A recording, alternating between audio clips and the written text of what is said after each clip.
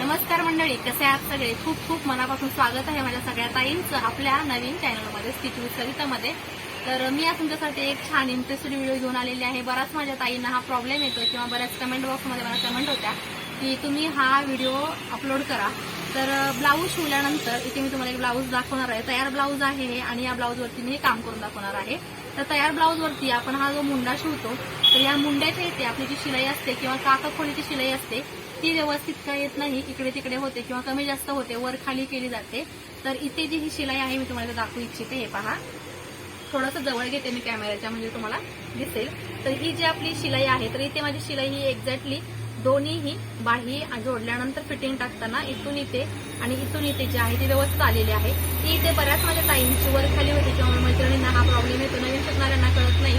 तर ही जी काकखोली आहे इथे मी काकखोली हा शब्द का वापरते, कारण ज्यांना अगदी लिहिता वाचता येत नाही त्यांना सुद्धा लक्षात यावं, मुंडा खोली किंवा आरमोल म्हणतात तर लक्षात येत नाही, म्हणून मी काकखोली हा शब्द वापरलेला आहे। तर काकखोलीचा जो हा फिटिंगचा भाग आहे तो अगदी व्यवस्थित आपण करायचा आहे। तर हा आहे तयार ब्लाऊज, याच्यावरती मी तुम्हाला सांगितलं की काय होणार आहे आपल्या व्हिडिओमध्ये आजचा म्हणजे कशावरती असणार आहे। चला तर मग वेळ न घालवता आपण आपल्या व्हिडिओला सुरुवात करूया।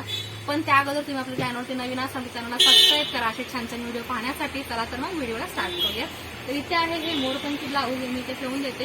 या मोरपंखी ब्लाऊजवरती बाही लावण्यापासून फिटिंग कसं टाकायचं आणि शिलाई व्यवस्थित कशी घ्यायची हे मी तुम्हाला दाखवणार आहे। तेव्हा ब्लाऊजचा मुंडा असतो किंवा मुंडा आणि स्लीव्ज अटॅच केल्यानंतर हे पहा, मुंडा आणि स्लीव्ज अटॅच केल्यानंतर हा जो भाग आहे तो इथे आपण एकत्र करून घेतो, पण तो बाही अटॅच केल्यानंतर असा कमी जास्त होतो, म्हणजे मागे पुढे शिलाई होते। ती का होते किंवा दोन्ही शिलाई मुंड्याच्या किंवा काकखोलीच्या जे शिलाई आहेत त्या व्यवस्थित का येत नाहीत।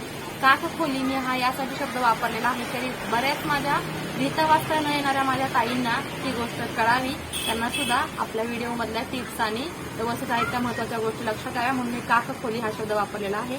तर मी इथे ब्लाऊज घेतलेला आहे, प्रिन्सेस कटचा ब्लाऊज आहे 36 साईजचा। तो मी ऑलरेडी गळा आणि पाठीमागचा भाग पुढचा भाग रेडी करून घेतलेला आहे, तुम्ही पाहू शकाल। इकडे माझ्याकडे हा ब्लाऊज तयार झालेला आहे आणि आता मला इथे स्लीव्ज जोडायचे आहे। स्लीव्ज जोडताना आपण काय करणार आहोत ते आपण चेक करायचं आहे आणि त्यासाठी मी याची स्लीव्ज तयार करून घेतलेली आहे। अस्तर अटॅच करून पुढचा भाग जो आहे अर्धा इंच खोलीचा हा तयार करून घेतलेला आहे। त्यानंतर आपण जे आहे आता जोडायला सुरुवात करूया। तर यातला मी एक भाग घेते इथे, हा पहा। जोडायच्या अगोदर मी काय केलेलं आहे, हे दोन्ही भाग आपले कटोरी ब्लाऊज असो, फोर्टस ब्लाऊज असो किंवा प्रिन्सेस कट ब्लाऊज असो, ब्लाऊज कोणताही असो, हे दोन्ही भाग आपले व्यवस्थित येणं गरजेचं आहे। जेव्हा तुमचे हे भाग व्यवस्थित दोन्ही एकसारखे येतील तेव्हा तुमच्या मुंडा खोलीचा प्रॉब्लेम आहे किंवा शिलाईचा प्रॉब्लेम आहे तो इझी होईल। तर इथे मी आता हा घेर तयार करून घेतलेला आहे। त्यानंतर मी इथे ह्या ब्लाऊज मधला फ्रंट साईड कुठला येणार आहे आपला हात, म्हणजे फ्रंट साईड म्हणजे हा अर्धा इंच कटिंग झालेला भाग आहे तो या साईडला आहे। तर यातला मी एक भाग घेतलीये, त्याचा हा सेंटर काढलेला आहे। मी सेंटर तुम्हाला इथे मार्किंग करून दाखवते, मी हा सेंटर काढलेला आहे। त्यानंतर या सेंटरवरती आपल्याला शोल्डरची सेंटर आहे त्याच्यावर सेंटरवरती ही बाही ठेवून आपल्याला चेक करायचं आहे किती लागते। एक्स्ट्राचा जो शिलाई मार्जिन आहे थोडाफार आपण ठेवतो तो इथे सोडून द्यायचा आहे जसा आहे तसा, आणि इथे जे आहे अर्धा इंच शिवून घ्यायचं आहे। मी इथे शिलाई मार्जिन अर्धा इंच ठेवते बाही जोडण्यासाठी, तुम्ही तुमचं शिलाई मार्जिन जो ठेवत असाल तो ठेवून ते जोडून घेऊ शकता व्यवस्थित। त्याच्यावरती बाही न खेचता न ताणता लावून घ्यायची आहे बाही अगदी व्यवस्थित। बाही लावल्यानंतर सुद्धा आपल्याला ही बाही अशी दिसेल, अशी ही जी आहे शोल्डरची घडी व्यवस्थित अशी आपली बाही दिसली पाहिजे। त्यानंतर सुद्धा आपण चेक करणार आहोत की बाही लावल्यानंतर सुद्धा हे व्यवस्थित आहे का ते पहा। बाही लावल्यानंतर सुद्धा आपला हा भाग आणि हा भाग एकत्रच होता बरोबर। त्यानंतर आपला हा पुढचा भाग आणि बाहीचा भाग सुद्धा सेम आहे, म्हणजे दोन्ही भाग कमी जास्त आहेत। इथे आपल्याला पुढच्या बाजूला इकडे थोडंसं एक्स्ट्रा राहिलेलं आहे, पाठीमागच्या बाजूला इकडे थोडंसं कमी पडलेलं आहे। तर काहीच प्रॉब्लेम येत नाही, फिटिंगचं शिलाई मार्जिन एक्स्ट्राचं घेतलेलं आहे, जास्तीचं घेतले नाही, त्यामुळे थोडंसं आपण कटिंग करून टाकू शकतो, त्याचा काहीच प्रॉब्लेम होणार नाही। तर ही झाली आपली बाही जोडून। बाही जोडल्यानंतर आपण ते पाहतोय, हे पाहतो पुन्हा इथं दाखवते, हे आपले दोन्ही भाग सेम आलेले आहेत। दोन्ही भाग जेव्हा सेम येतील त्यानंतर इथे आपल्याला बघा ही आहे आपली शिलाई, की मी उलटी करून दाखवते तुम्हाला।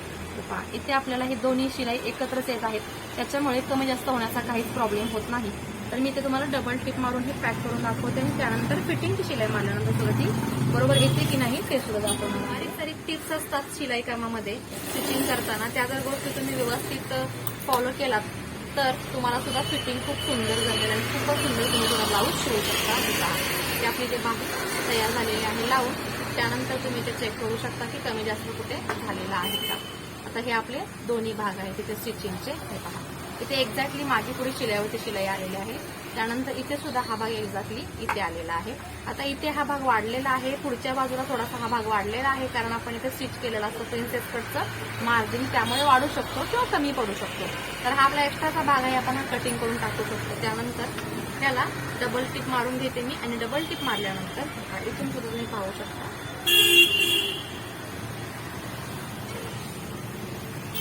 इथे आपली शिलाई अगदी व्यवस्थितच येत आहे.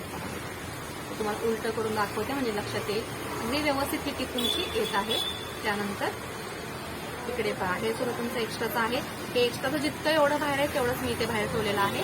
बॉटमच्या इथे स्लीव्ह बॉटमच्या इथे आणि ते बरोबर आलेलं आहे. याच्यावरती मी आता डबल टिप मारून घेते आणि पॅक करून घेते.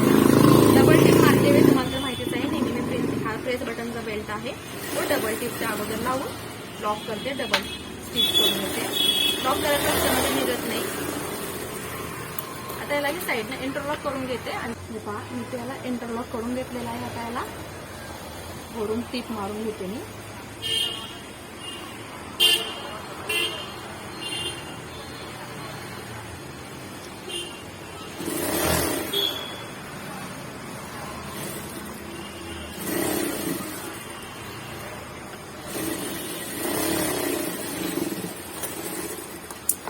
आता हे आपण एक्स्ट्रा जो शिलाई मार्जिन आहे ते लेवल करून घेऊ शकतो.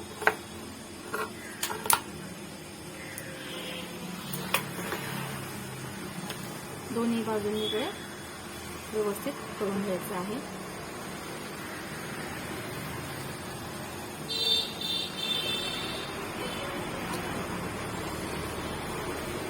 तुम्ही जर इथे पाहाल तर अगदी व्यवस्थित आपली जी टीप आहे जी टीप आहे दोन्ही शिलाई एकत्र आलेली आहे. कुठेही कमी जास्त झालेलं नाही आणि नाही कुठे इकडे तिकडे झालेलं आहे. अगदी व्यवस्थित तुमचा हा भाग आलेला आहे.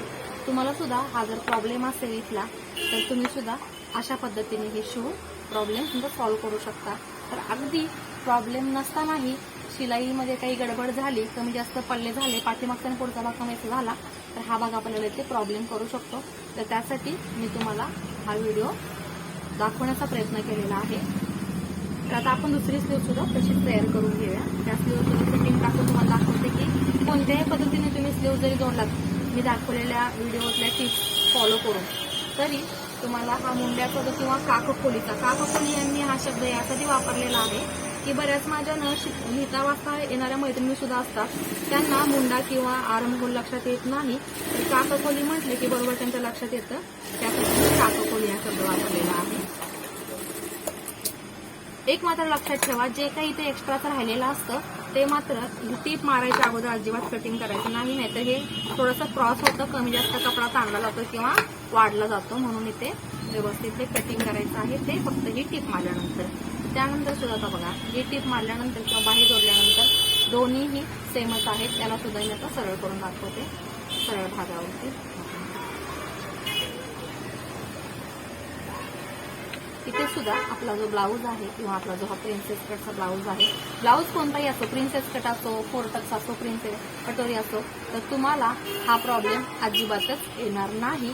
हा जर तुमचा प्रॉब्लेम होत असेल तर तुम्हाला मी व्हिडिओ दाखवल्याप्रमाणे तुम्ही जर स्टिचिंग कराल, शिवाल तर अजिबात तुमचा हा प्रॉब्लेम होणार नाही. बरेचसे ब्लाऊज आपले मोठे असतात, साईज मोठी असते, कटोरी मोठी असते, त्यावेळेला पुढचा भाग थोडासा वाढवायला लागतो आपल्याला. तर पुढचा भाग तो न पुढचा भाग वाढवून सुद्धा आपल्याला हे इथे ऍडजस्ट करता आलं पाहिजे. किती भाग इकडे तिकडे वाढला तरी हे दोन भाग मात्र आपल्याला इथून इथपर्यंत सेम आले पाहिजेत, हे लक्षात ठेवायचं आहे. आणि त्यानंतर बाहेर स्टिच केल्यानंतर हे दोन भाग एकत्र आले पाहिजेत, म्हणजे आपली जी फिटिंग आहे ती बरोबर होते. काय आणि याला फिटिंग टाकून घेते, अगदी व्यवस्थित आपली शिलाई इथे आलेली आहे.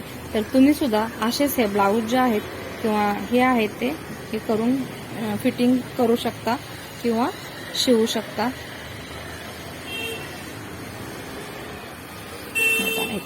अगदी खूप सुंदर असा आपला हा ब्लाऊज फिटिंग आलेला आहे. मुंड्याची जी शिलाई आहे ती छान आलेली आहे. इकडची सुद्धा दाखवते तुम्हाला आणि ही यासाठी सुद्धा तुम्ही दाखवू शकता. इकडे सुद्धा अगदी व्यवस्थित आलेले आहे, तुम्ही पाहू शकता. हे बघा इकडे सुद्धा व्यवस्थित आलेले आहे आणि इकडे सुद्धा व्यवस्थित आलेले आहे. तर तुम्ही सुद्धा हे ब्लाऊज असंच स्टिच करा. व्हिडिओ आवडला असेल तर व्हिडिओला लाईक करायला विसरू नका. अजून काय प्रॉब्लेम असेल तुमच्या स्टिचिंगमध्ये तर मला कमेंट सेक्शनमध्ये तुम्ही विचारू शकता. मला जसं जमेल तसे मी तुम्हाला त्याचे उत्तर द्यायचा किंवा करून दाखवायचा प्रयत्न करेन नक्कीच. तुम्हाला जर माझ्या व्हिडिओची मदत होत असेल तर, आणि चॅनलवरती नवीन असाल तर प्लीज चॅनलला सबस्क्राईब करा, कारण तुमचा सपोर्ट हा मला एक मोटिवेशन देऊन जातो आणि माझ्या मोटिवेशनसाठी मला सपोर्ट करायला विसरू नका. पुन्हा भेटू अशाच एका नवीन व्हिडिओसोबत. तोपर्यंत बाय बाय.